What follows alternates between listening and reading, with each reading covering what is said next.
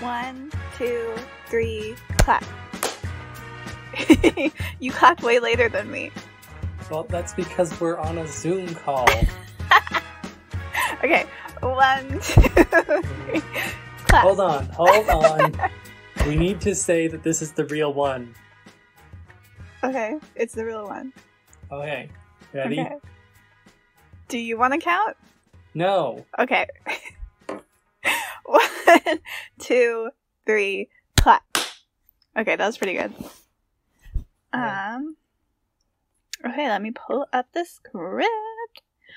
Hello, welcome to Friends at Film Camp, the podcast where two friends gab by the fire about our fun film perspectives. My name is Jillian. And I'm Luke. Today we're discussing Cruella. Cruella is what it's called, right? Yeah. So Cruella is a 2021 film. Is that how you say it? What do the you mean? Year? Why am I worried about how you say the year? 2021. Yeah, 2021. 2021. You can say 2021, we just don't normally. I was just like, that's so weird to say 2021. I totally forgot how you say years. Yeah, we normally say 2021. Okay, Cruella is a 2021 Disney film released in May, starring Emma Stone and directed by Craig Gillespie, whose previous film was I, Tonya. The film follows the unique origin story of the popular villain from the 101 Dalmatian films, and let's talk about it. So, before we go through the plot, Jinian, what did you think? 1 second. I'm trying to find. I abandoned my my duct tape, which is my microphone holder, like a fool, and now I have to hold it in my hand like an asshole. Why'd you abandon your duct tape? I was using it for duct tape purposes. Well, that's on you.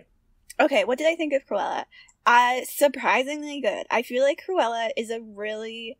I firmly believe that any piece of media can overcome the worst of concepts if it's good.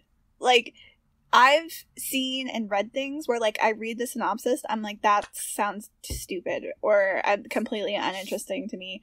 And then I engage with it anyway for whatever reason, and it turns out to be, like, really, really good if it's well written and entertaining, and I feel like that is what Cruella did surprisingly, which I wasn't expecting from it at all. I think Cruella is a really good children's heist film.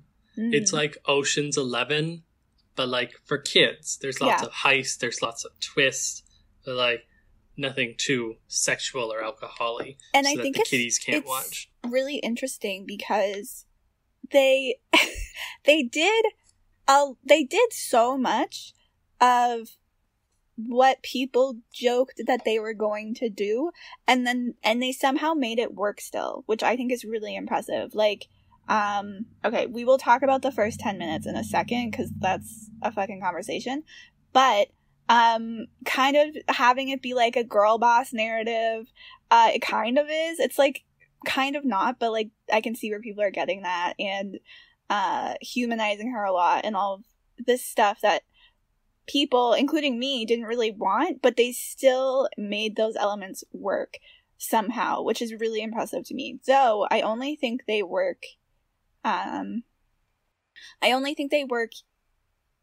by themselves, if that makes sense. Like, I think this film is a lot like Maleficent, where it's not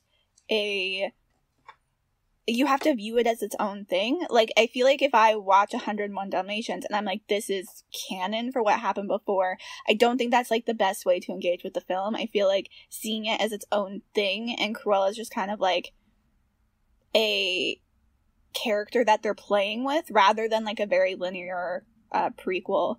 I feel like that's the best way to engage with this movie, and the best way to have like the most fun with it. Because if you want the villain that's in 101 Dalmatians, I don't think they're the same person, if that makes sense. No, I would interpret this film as its own thing entirely. It's more based off of 101 Dalmatians and kind of being like, let's explore what might be a fun idea for Cruella's origin. But I wouldn't see it as I would not see this as canon. No. Or and as, I don't think it should a be. part of the narrative. And I don't think it really wants to be either. Yeah. It's more having fun with its ideas. Which is interesting because there is a lot of callbacks to 101 Dalmatians, and there's a lot of things in it that are like references to the film, so it's obviously not separating itself completely. Yeah, but it manages to be pretty good despite like all odds, which is impressive. Yes. So why don't we go through the plot right now? You want to talk about the dreaded 10 minutes? Yes. So the first 10 minutes of the film, where Estella Miller, later known as Cruella, is a child with lots of talent and ambition and fashion, and that gets her in trouble. And her mother nicknames her Cruella because she gets in a lot of trouble. And eventually Cruella gets kicked out of school, and Cruella's mother goes to the Baroness to ask her for money, and then these Dalmatians that were chasing Cruella knock the Baroness off the cliff, obviously starting a lifelong hatred of Dalmatians that will be addressed later. Dalmatians literally kill her mother in this film, which was a joke before the film came out. Like, someone was like, oh, watch them make Dalmatians kill her mom. No, they did.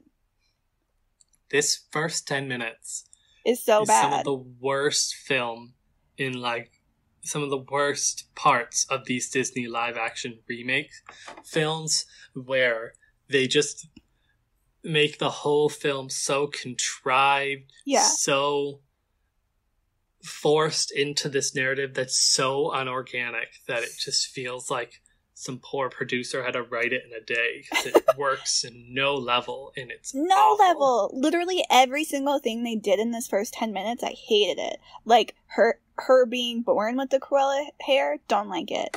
And it has nothing to do with the plot. Yeah, because even... Okay, we'll come to that later. Okay, but it has nothing to do with the plot. It's weird, and I feel like it works better as a character decision, especially when we see Cruella, like, go evil. Her dyeing her hair, you know, like, doing her iconic look out of choice, I feel like is more powerful than just, like, I don't know.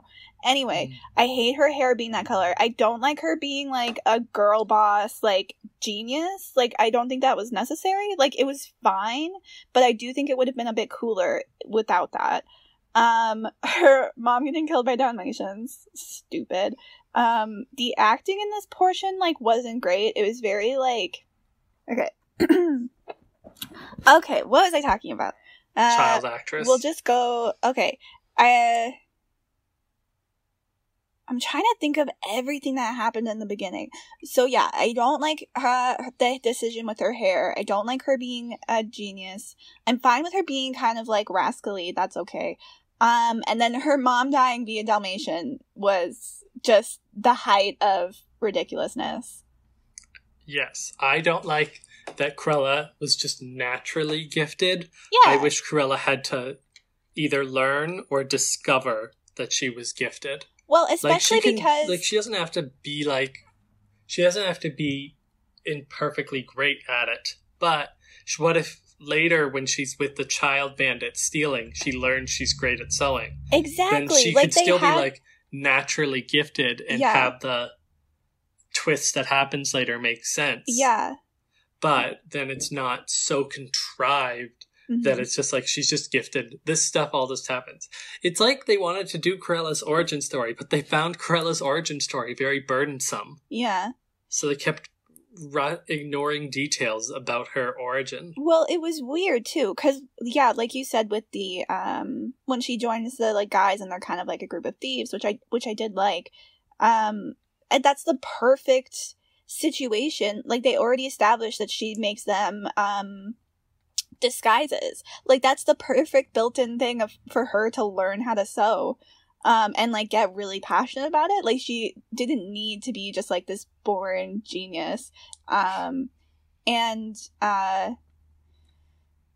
the other weird thing is, because it's such a rocky, like, it's such a bad start. It's so bad. It's hard to sit through.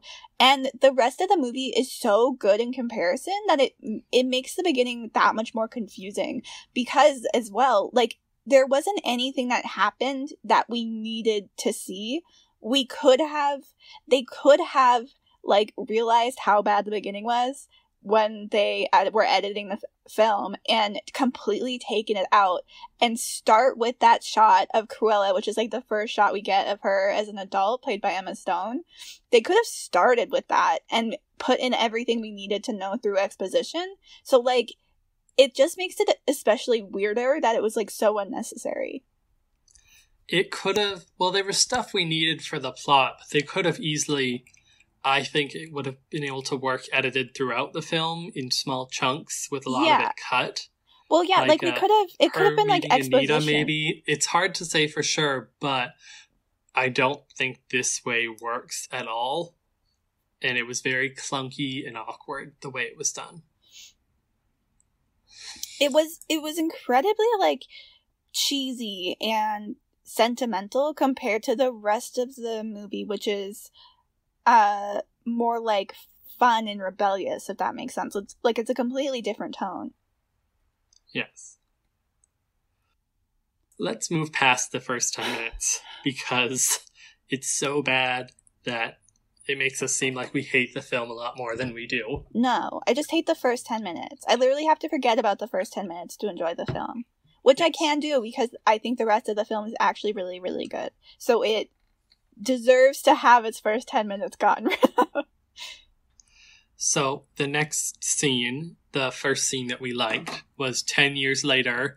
Yeah. Estelle, now a grown woman, with Jasper and Horace, are thieving around London, being great thieves, helped out by Estelle's wonderful costumes for disguises. And then a really sweet moment happens when Jasper and Horace get her that job at the department store. Yeah. And then she works there and she's trying really hard to be good and, like, not be a thief. She really wants this job, even though it's kind of terrible. Mm-hmm. I think her relationship with Horace, or Jasper, but particularly Horace. Which one was which? I don't know. I think her relationship with Jasper, who was the one who was more dapper. Yeah. Was really sweet. It's almost like, I know they kind of set it up as family, but it's almost like he had, like, a deep, like a love for her. No, I think it's 100% beyond a family. I saw it as like he kind of wanted to date her. No, I think it's like 100% an unrequited crush. I totally agree with you. But yeah, it was really sweet. I think having them be like a little band of thieves who, like, grew up together and they've had each other's, like, backs. I think that was such a cute idea and a really good idea for all of their backstories as well as their, like, them as a relationship. And I absolutely adored their apartment. I have this thing for, like, abandoned buildings and things that look like they're falling apart. And that was, like, their entire building and it was so cool and I loved it. So that was just, like, an extra cherry on top for me. But yeah, I agree. I really like the setup. It did a lot to establish their relationships together. And you felt like you did. It was believable that these people had been living together for, like, 10 plus years. Yes, I just liked it. And I thought it was so sweet that they went to all that trouble to get her this dream job with genuinely no motive. I kept waiting for them to be like, here's the second plan. Here's why we really did it. Mm-hmm. But no, they just got her this job because they care about her. And they wanted her to have, like, a good life. And they thought that this would make her really happy. Speaking of, like, when they do decide that they're going to steal something from her work, we'll get into it when we get to that. I love that it's her idea. So it is coming back to us that they're thieves, which kind of we were expecting, but we were expecting them to maybe, like, not really like betray her, but have an ulterior motive. But that never happens, and it's like her who brings it back. So I did appreciate that too.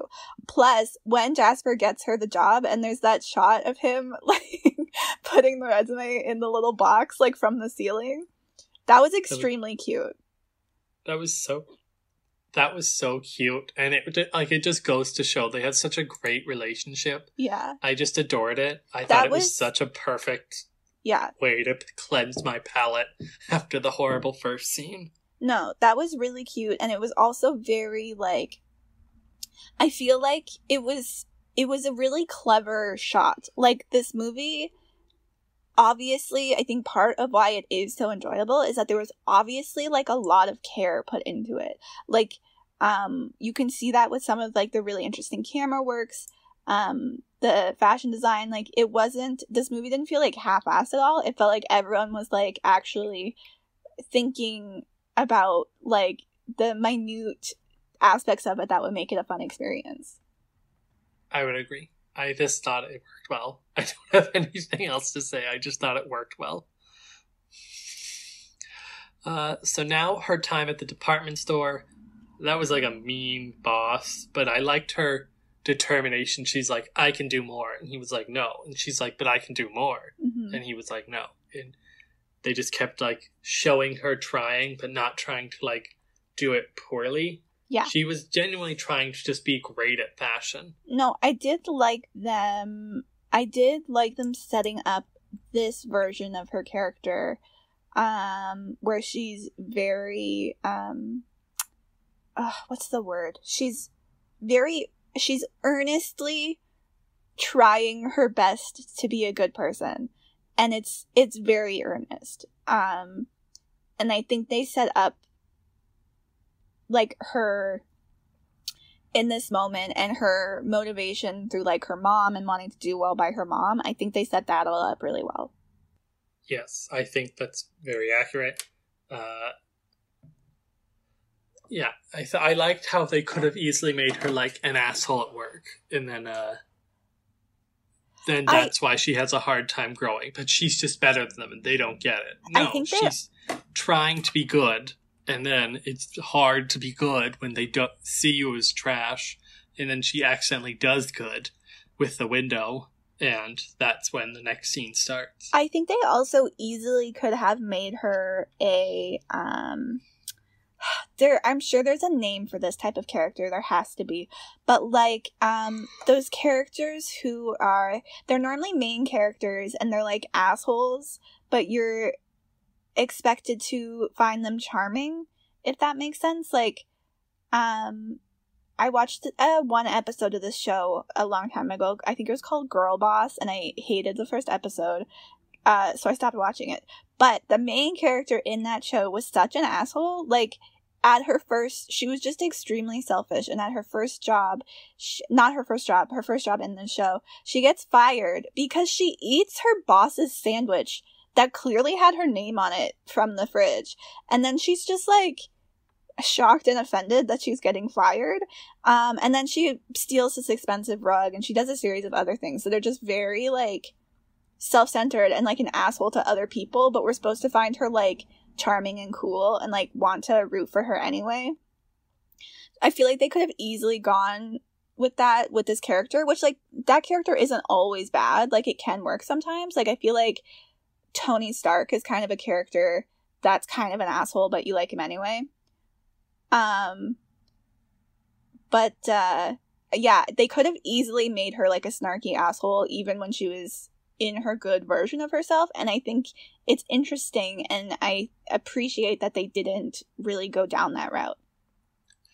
Yeah, I liked that you could have done. I liked how there were so many opportunities to be lazy, and they did take them. Yes, and exactly. I was like, yes, this is good. That's such a good point. Like, okay, so for our audience, I have a huge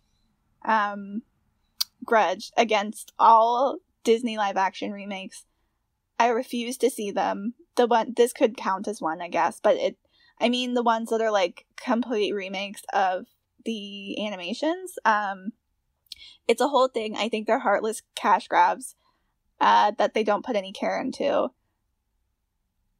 And I was worried that this would feel the same, and it did not at all. They weren't, it didn't feel like any decision, like at any point they took the lazy way out, which is really nice. Yes, I would agree. I would agree with you not saying they didn't take the lazy way. I have a mixed relationship with the live action remakes, but this one I didn't take the lazy way out.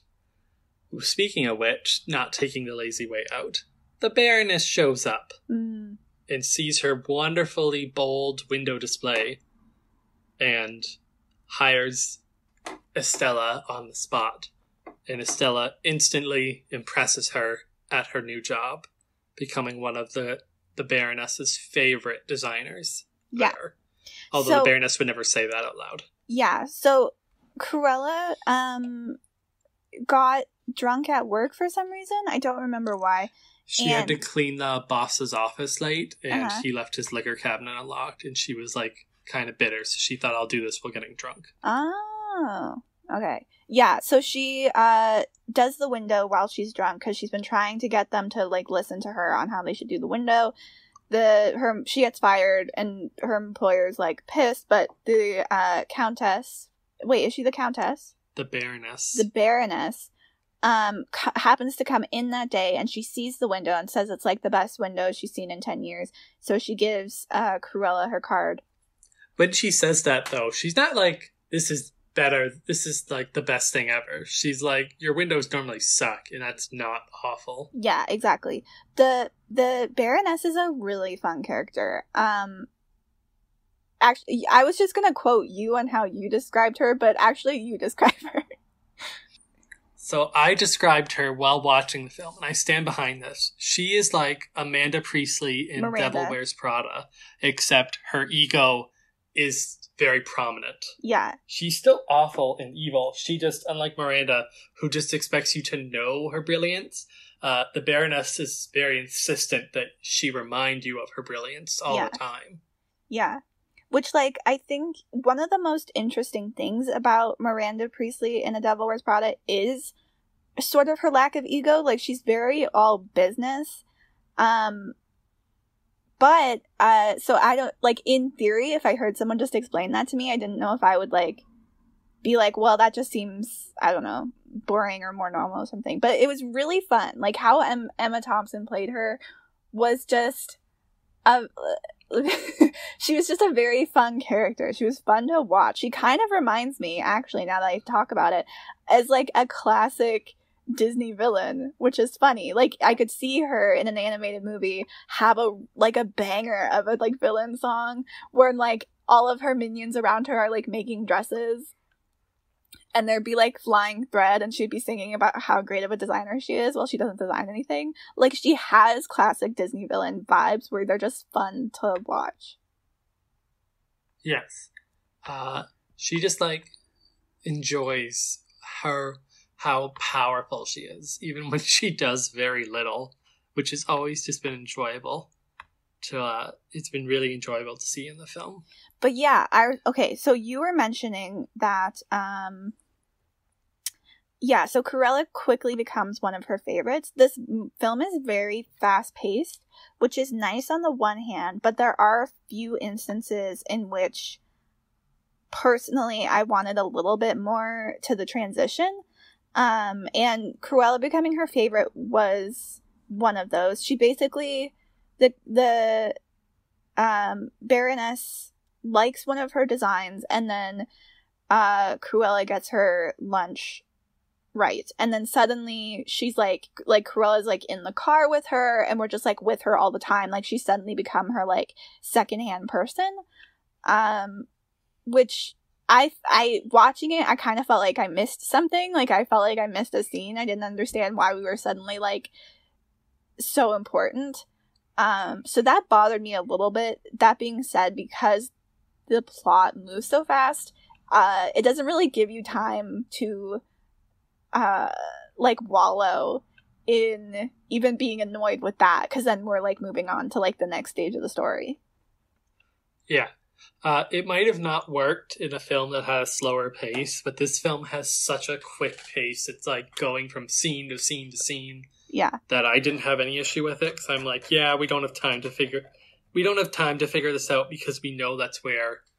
We don't have time to figure it out because we know that's where it's going. Yeah. So it didn't want to waste our time. It's like, yeah, they like each other now. They're working together. And then Estella notices the Baroness has her necklace from childhood that her mother gave her and she lost while the Dalmatians were murdering her mom. Mm-hmm. And that is where Estella goes from being her friend into wanting to steal her necklace. Yeah, that was such a fun scene because from before she saw the necklace, like, she had no idea that the Baroness, because her mom died when they were at the Baroness's party, basically, and she had no idea that that was the Baroness. So she, up to this point, only knew her as this very famous fashion designer, and she wanted to become a very famous fashion designer, so she looked up to her a lot. So this was all very exciting and, like, very, like, earnest, and, like, she just wanted to do well at her job and she wanted to become a designer. And with the necklace, suddenly we have the two worlds, like, clashing together, and she's realizing that is she realizing that the Baroness is a villain at this point? She wants the necklace first, and when she's about to steal the necklace, that's when she sees the dog whistle and realizes the Baroness killed her mom. Yeah. No, so at this point she just wants the necklace at all costs, and that's when she calls in her friends and they're gonna do, like, a heist. Yeah. Which is very fun. Like, sort of what we were saying with the previous what we were saying with the film having a very fast pace, which it kind of reminds me of Knives Out in this case, where every time you kind of get bored of the storyline, we're in a new storyline. So, we were in sort of like a classic, like, Devil Wears Prada, like, working your way up storyline, and then now we immediately flip and now we're in a heist. Which is just very exciting when it's happening, and you're, like, on board with the change every time. You're like, yeah, I want to be in a heist. That sounds great. Yeah. It just made sure it kept on moving forward. So the second you were done with the storyline, they're like, good, that one's gone. Yeah. So she, I think a little bit previously, went to, she found, like, an old vintage store owned by the first gay character in a Disney film. I don't know if you know. For the 5th time. I don't know if you know, but he was the first one. He was not gay. I stand behind that. He wasn't confirmed, you're right. I don't know why. It's like they want so much praise every time for the, like, bare minimum, and then they won't even be, like, confirmed queer. It's like, don't even tell us about it then. Ugh. Anyway, he's fine though as a character. He's not super duper important. He's more of, like, a device to explain how she's able to create all these clothes. Yeah. But I liked him. Like, their scenes together were pretty fun, so that's cool. Anyway, they had fun scenes together, and I liked how they turned what could have just been a line, like, she knows a designer in town who can get her clothes. She turned it into a fun character. I just don't want to call him the first gay character, because he's not gay. Like, he's obviously very flamboyant, but he doesn't do anything gay, so he doesn't get the credit of being gay. Yeah. No, and they, I don't remember what I was going to say for that. Anyway, when she's at this vintage store, she sees one of the Baroness's, like, vintage dresses. So when they are planning the heist to retrieve her necklace, which was her mother's necklace from the Baroness, they decide that they're going to do it during a party. And this was a scene that most people have probably seen in the trailers. It's a very cool scene. So, Cruella is gonna work as the distraction. And she, through working with the Baroness, she said one of the ways you can cause a distraction is by upstaging her. And she will kick out anyone from her party who, like, takes attention away from her, basically. So she plans to bring the most attention towards herself as she possibly can. So she wears her like Cruella hair, which I think we find out that the red hair she's been in through most of the movie is a wig. And she walks in this white cape. The white cape was so cool. This party is a black and white party, so everyone's in black and white. She walks into this party. It's really cool shots. And then what does she do? She, like, drops a match or something? Yeah, she comes in the party and she's wearing this big cloak that's elegant, but kind of just an ugly cloak. It's not ugly. And then she comes in and then she lights a match. And then she burns up the cloak into this beautiful gown. That's bright red. Yeah, so it stands out and it's drawing so much attention away. Yeah, she's, like, blatantly breaking the rules and, like, drawing all attention to herself, which is a good distraction, but also sets up for how she's going to basically function as Cruella. Like, kind of that becomes her MO moving forward, which is interesting because it starts as being a distraction here.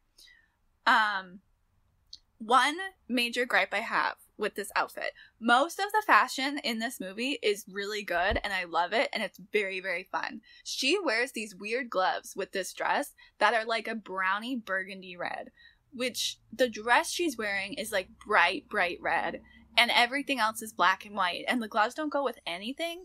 And it's a very weird decision. I don't understand why they weren't just black or white. And they really bother me in this scene because of how good everything else is. Yes. I don't think the gloves were great. I liked the scene a lot. They had fun dialogue. And had a lot of fun interaction. I really like that the Baroness doesn't end up kicking her out. And she actually is like, oh, you're kind of interesting. Like, let's go talk over here. I really like that as a reaction from her, especially with what we find out later. I think it's really interesting and has, like, layers how interested she is in Cruella, like, right away. Yeah, I would agree. I think it's a really cool scene, and I like during the heist, they use the dog as dressed in, like, a rat costume to get one of the... Wait, what? Before we haven't even mentioned the dogs.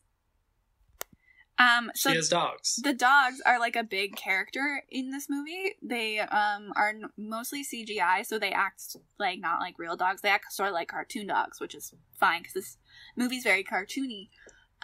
So yeah, Cruella had a dog, like, growing up, and then the guy she moved in with has a Chihuahua, and the dogs are they're a big part of the film, and they're, like, always a part of their heist. So it's not unusual for them to use their dogs. So yeah, for this one, the one guy, do you remember his name? The guy? The henchman? Yeah.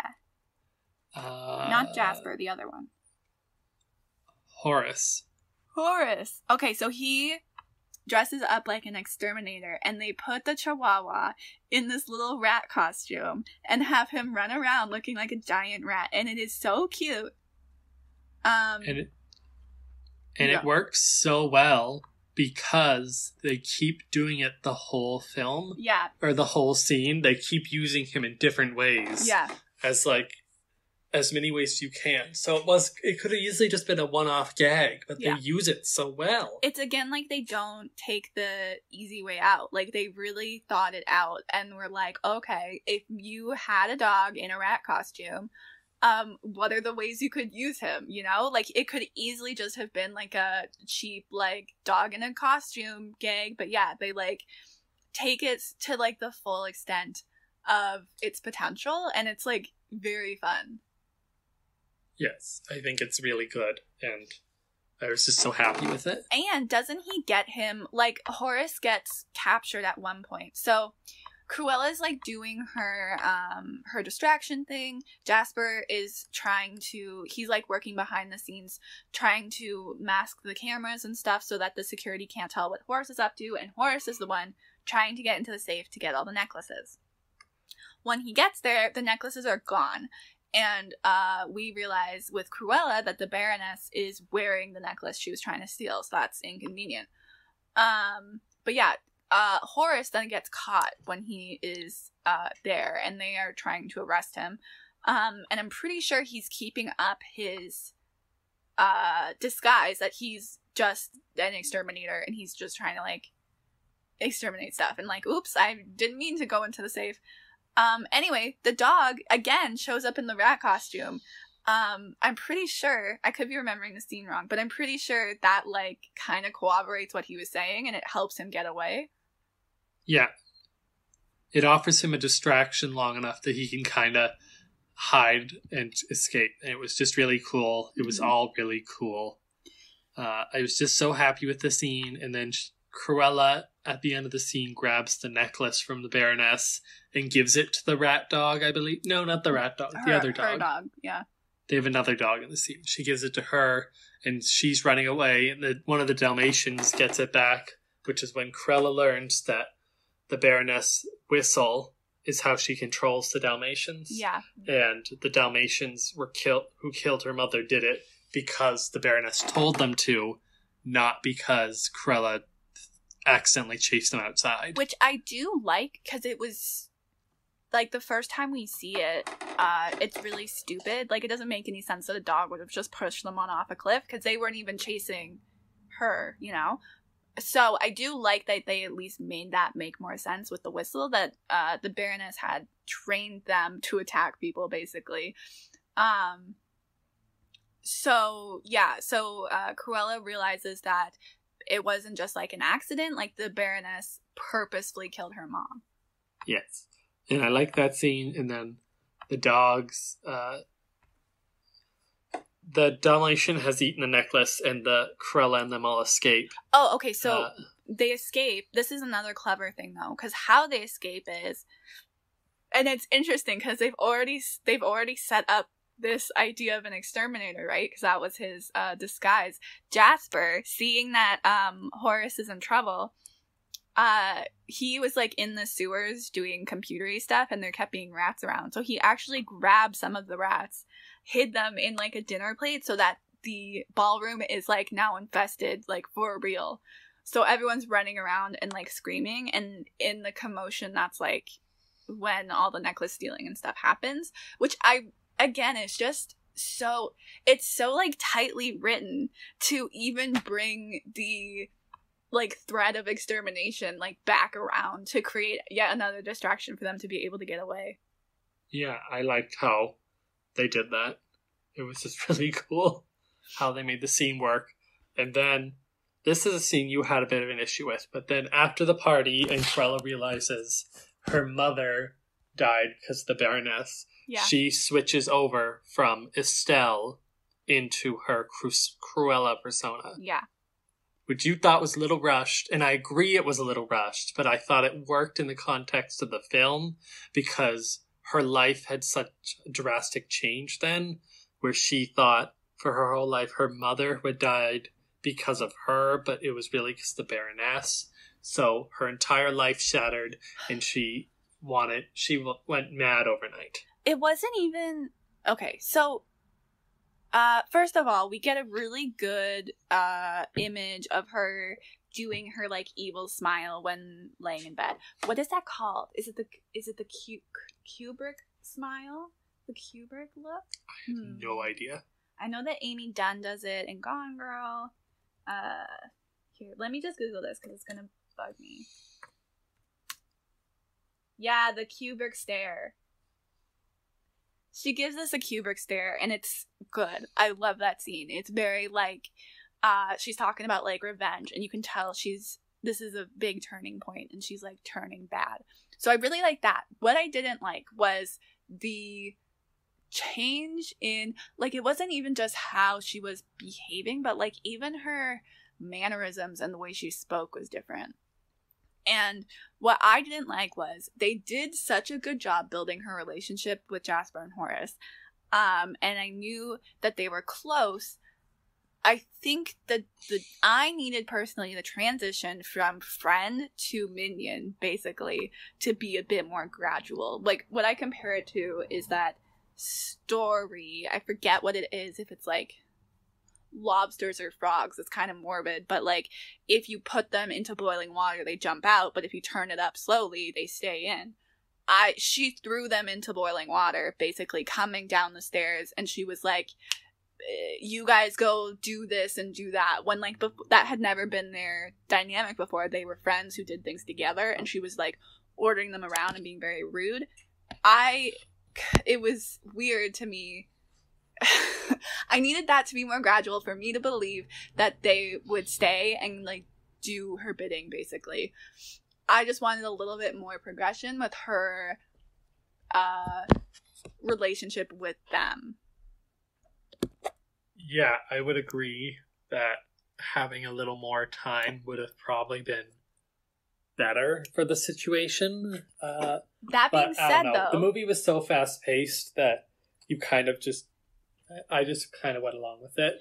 That being said, everything they do, like, okay, so Cruella's big plan to get back at the Baroness for killing her mom, which I love because it's such fun stakes, especially for a kids movie, is that the Baroness is very arrogant and she's obsessed with her image and like being the most important person, and Cruella makes it her mission to just fucking annoy her, basically. Like, at every big event, she wants to take away her attention.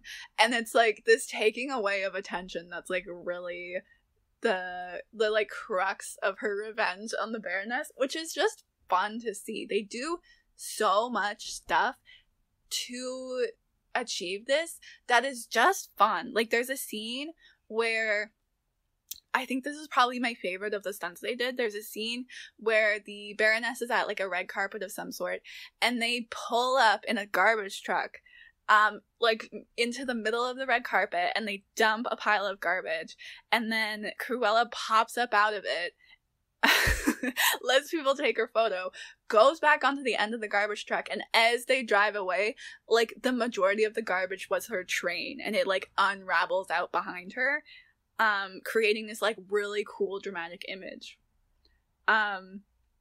It was such a cool scene, and I like that is true. It's a really good way to have like high stakes for a kids film. Yeah, which like is to have her. It's her almost like high is that stakes. She's gonna steal Emma Thompson's attention. Exactly, and it's like it works because we know it's high stakes for Emma Thompson. Like, we know from spending time with her, this is the end of the world for her. But like for us, or like if you're a kid, you're not like, you know, shaking in your boots because it's Yeah. It's not that big of a deal for us. It doesn't affect us at all, you know.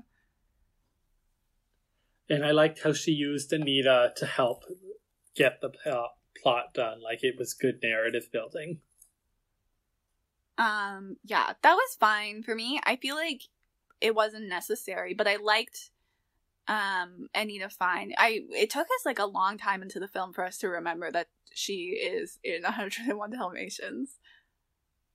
I knew right away. You did? I see. I haven't seen 101 Dalmatians in a really long time, so I don't have a memory of like anyone. Well, I was the one that told you, which is how you remembered that. Yeah. Anyway, eventually, Estella kidnaps one of the Dalmatians. No, they kidnap all of them. That swallowed her neck. Yeah, she kidnapped all of them. You're right. She doesn't really do it. Swallowed the necklace. She more orders the guys to do it.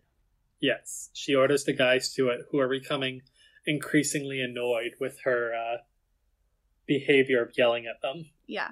Which is fair. Yeah. So, and then after that, she sabotages the Baroness's spring collection in a beautifully orchestrated heist that I won't describe here because it's so complex we could never do it proper justice, but it's a great heist. Yeah. And she has her party in the park and then wait runs off. Okay, so the Dalmatians were another thing that were really cute. And this is something that doesn't really make sense with this is like one of those things that needs to be viewed in isolation, like separate from 101 Dalmatians, because it doesn't super make sense in regards to the overall story, but it makes this film better. In that I was expecting, like, those Dalmatians to be super villainized. I mean, they literally killed her mom. But they don't do that. They actually completely redeem the Dalmatians, like, especially with the whistle. So, like, we know that they were ordered to attack, basically. And so while they're waiting for the Dalmatians to poop so that they can get the necklace, they end up kind of adopting them, and the Dalmatians just, like, live in their apartment for a really long time, and they increasingly get better with behavior as they are in this, like, loving environment, instead of the Baronesses, who, like, actively wanted them to be pretty, like, violent. So yeah, we even kind of get to see the Dalmatians grow and be redeemed, and, like, develop relationships with the all of the characters who live in this apartment, as well as the dogs, which was just really cute, and is another example of them putting a lot of thought and effort behind their decisions. Like, again, they didn't take the easy way out. They didn't just have, like, evil Dalmatians. They were like, no, the Dalmatians are fine, actually, when they're in the right environment. And they let the dogs evolve. Like, I feel like, when do we see that in, like, a live action movie? I thought that was really cool. Yeah, I thought it was really cool. I think it worked incredibly well. And I liked how the fashion show made it look like her outfit, all the outfits were made from her dogs just to peeve off Emma Thompson and then, as the Baroness more, even though she didn't do it. Yeah. But she also didn't care if that's what the record said. Yeah. That was another cool thing that was kind of playing with the source material, but not being accurate to it, which, again, made this film better. That she, it was, like, reported, she wears, like, a Dalmatian coat to the fashion show that she does after she, okay, there's a big heist.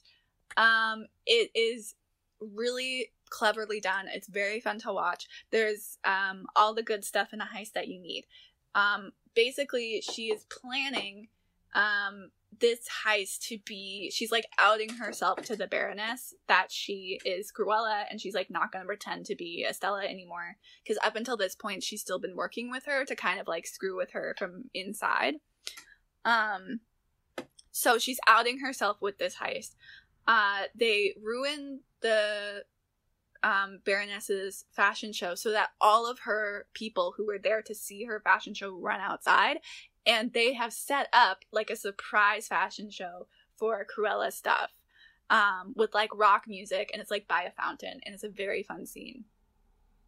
Yeah, it's a lot of fun. So and that's, then sorry, I just liked it, and I think then how it followed after, and that the Baroness remembered one of the henchmen oh yeah, from the scene. Here, wait, because I have one more thing to say about this scene. Okay.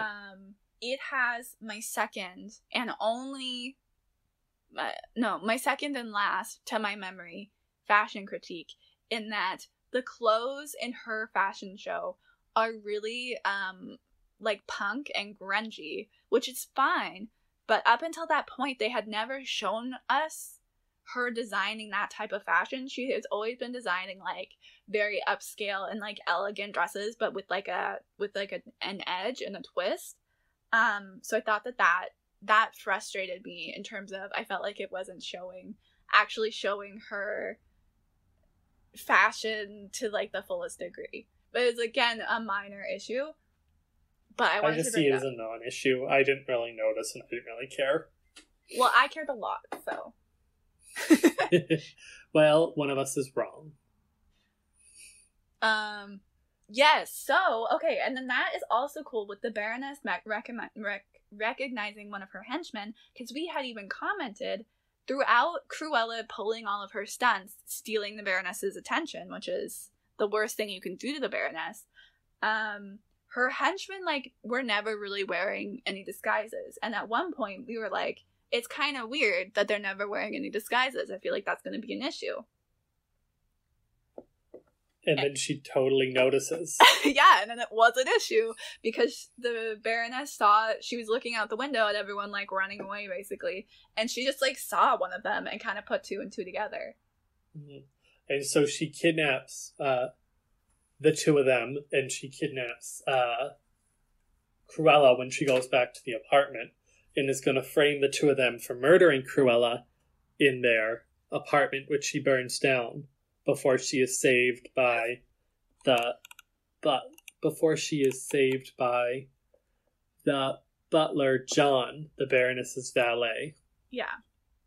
He hasn't I thought that was fire scene was cool. I don't think there's much to say about it other than it was pretty high stakes. It was very high stakes. Like, at that point I was like, is this a kids movie? Because it was, like, genuinely pretty scary. Like, she was like, I am going to burn you to death. And your friends are going to jail for murder. Like, it was a lot. Yeah. It was really intense. So I was also very sad to see the apartment burn. I was very upset about that. I know, but that's just because you love that apartment the most in the film. I know. And then we get to what is probably the most story-wise critical scene, where after John the valet has saved her, he tells her that during her childhood, Cruella was actually the daughter of the Baroness, and the Baroness had ordered her to be killed after her birth because the Baroness just wanted to focus on her fashion. She didn't want to focus on anything other than her career. Yeah, she but didn't instead of John letting the baby die, she gave it to Catherine, the maid, who raised Estella in secret. Yeah. I liked the twist. I mean, we kind of guessed it early on, but it wasn't, like, obvious. We just guessed it. This is the thing that annoys me, though, about the hair thing that they did in the stupid intro. Because the reason why I guessed that she was going to be her mom was because there was a long point in the film where we never saw her hair. And then we do see her hair, and her hair is normal. So it's like, okay, if we're going to have this mom twist, if we're going to hide her hair for most of the movie, and we're going to have Cruella born with this weird hair, I think it just would have been so fun to have a big hair reveal from the Baroness, you know? Yes, I think the hair could have been fun and would have made sense. Ooh, like, but honestly, I really did like the twist. It made sense that Cruella kind of came from a crazy person, which is why she's a little crazy. So I like the twist. It explained a lot about why she is the way she is. Yeah, I just wish they had utilized the hair. Like, even it would have been so fun if it, like, something happened where it, like, came off in the fire scene, like when they'd set fire to stuff and it, like, came off, or she, like, dramatically took it off. I don't know. It just would have been fun, especially, like, Emma Thompson, like, in flames with, like, her two-toned hair all dramatically. Like, that would have been great, you know? I would have liked it, but I didn't care that much, honestly. I just liked the twist enough. It just bothers me because Cruella's monologue to the fountain representing her mom. I thought that was a fun monologue where she kind of realized she's not really, she's not her mother's daughter, she's not the Baroness's daughter, she's her own person, and she can pick her family, and she picks Horace and Jasper, and she's going to keep Cruella because she likes her. Yeah, I wasn't sure how I felt about that. I really wanted, I think, like, a common problem, which isn't, like, the worst problem ever, but it is a common theme in Disney movies where they have, like,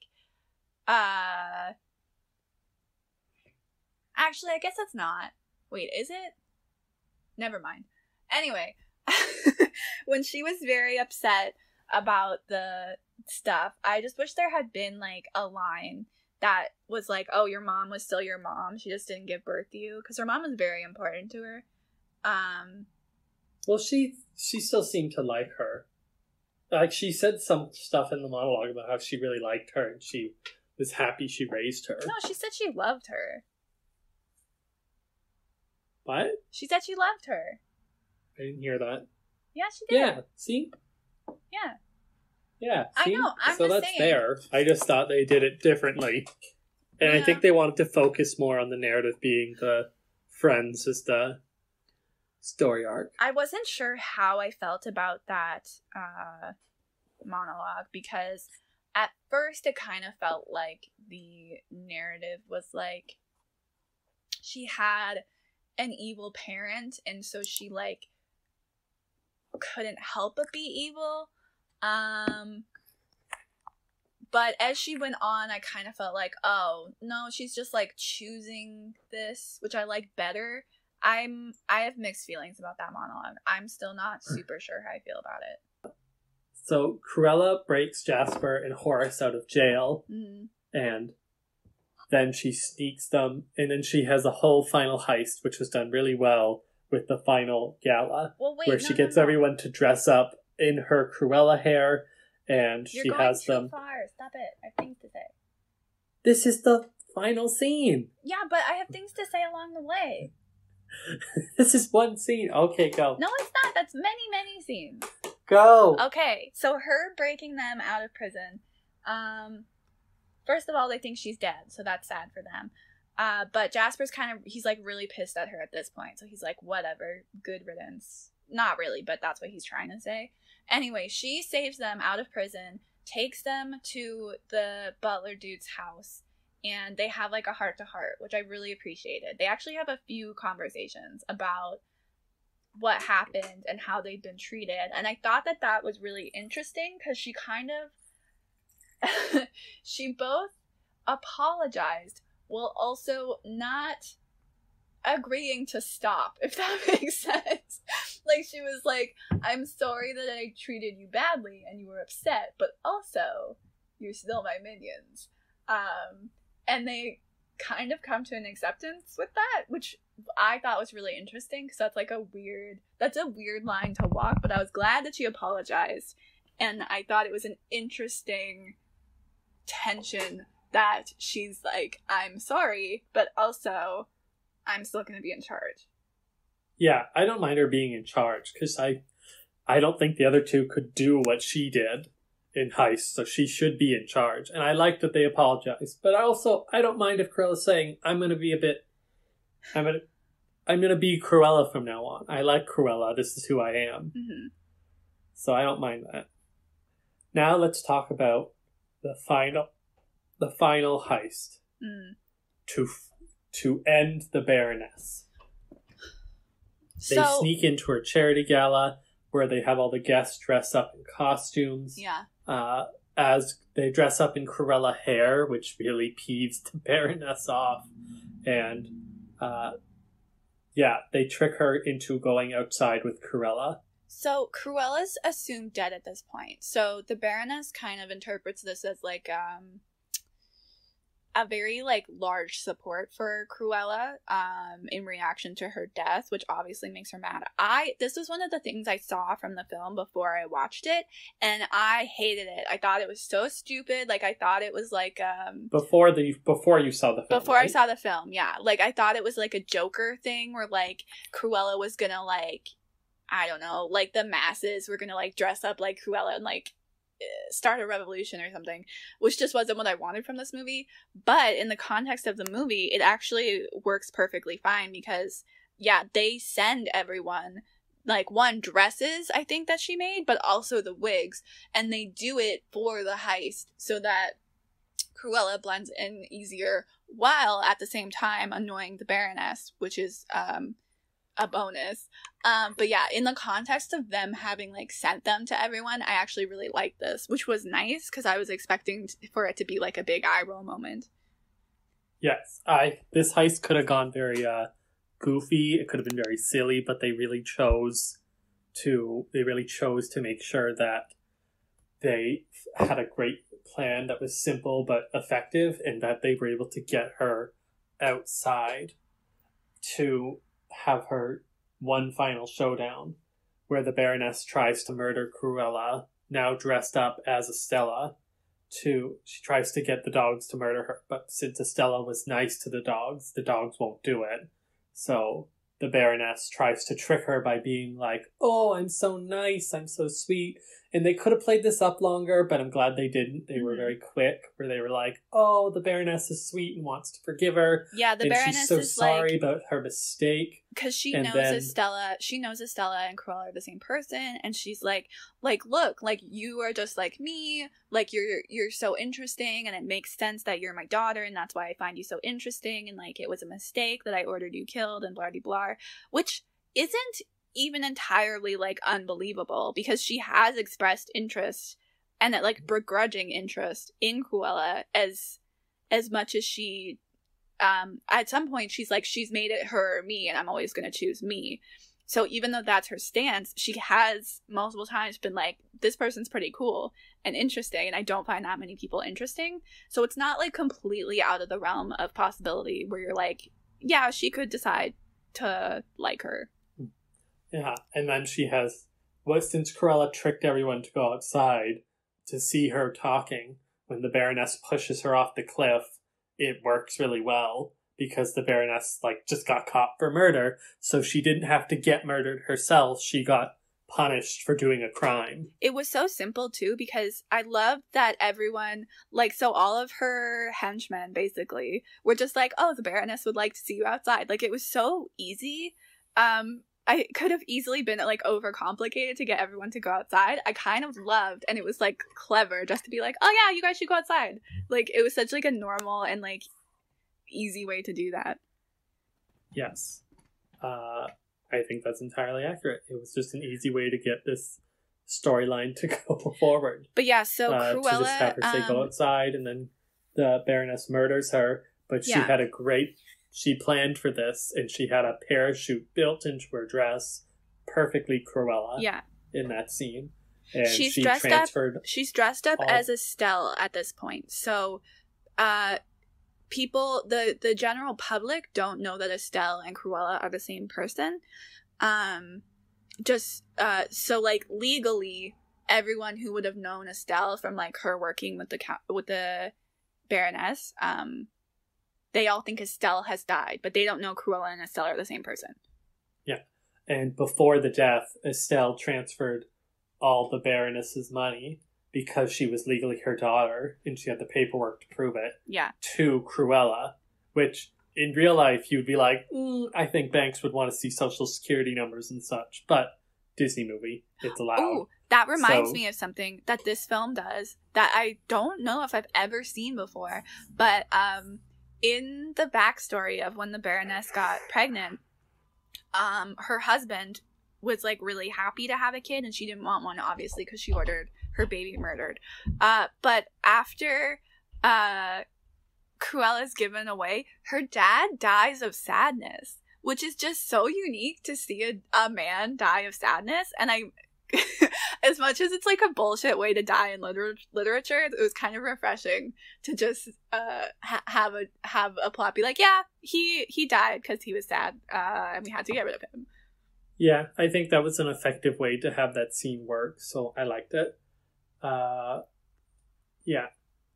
So then there's the final scene in the main film, where after Cruella survives with the parachute built in, and transferred all the money, she now she's now adopted the name DeVille, and she's taken over the Baroness's hall, and her dogs, which is interesting because now, like, in this version of the film, she owns Dalmatians and also gives the Dalmatians to the characters in 101 Dalmatians. Yes, during the mid-credits scene, she gives them Dalmatians, which I just saw that scene as, like, a little tease for the next, as, like, a tease to the original. But I thought it was cute and fun. I like that in the context of this film, but doesn't make sense in the context of, like, 101 Dalmatians, which is, part of why I feel like they almost shouldn't call it a, what do they call it? A prequel. Thank you. They shouldn't call it a prequel so much as, like, inspired by, you know? It's like a prequel. I would say inspired by too, but I think they just use prequels so that you can understand, like, what it's doing before. Yeah. Alright. I think that the end, I like the film. I guess we're talking about our wrap-up comments now. So, I liked the film. I thought it was a lot of fun. I thought it was a good children's heist film, and I would recommend it to people. It was Probably not for the $30 it cost on Disney Plus. That's a little pricey, but overall, I would recommend it. It was so surprisingly fun. I was literally expecting to hate the film, and I had such a good time with it. Like, I would 100% watch it again. And, yeah, I can't think of, like, a recent Disney film like this that I could say that for. Like, I really like this film.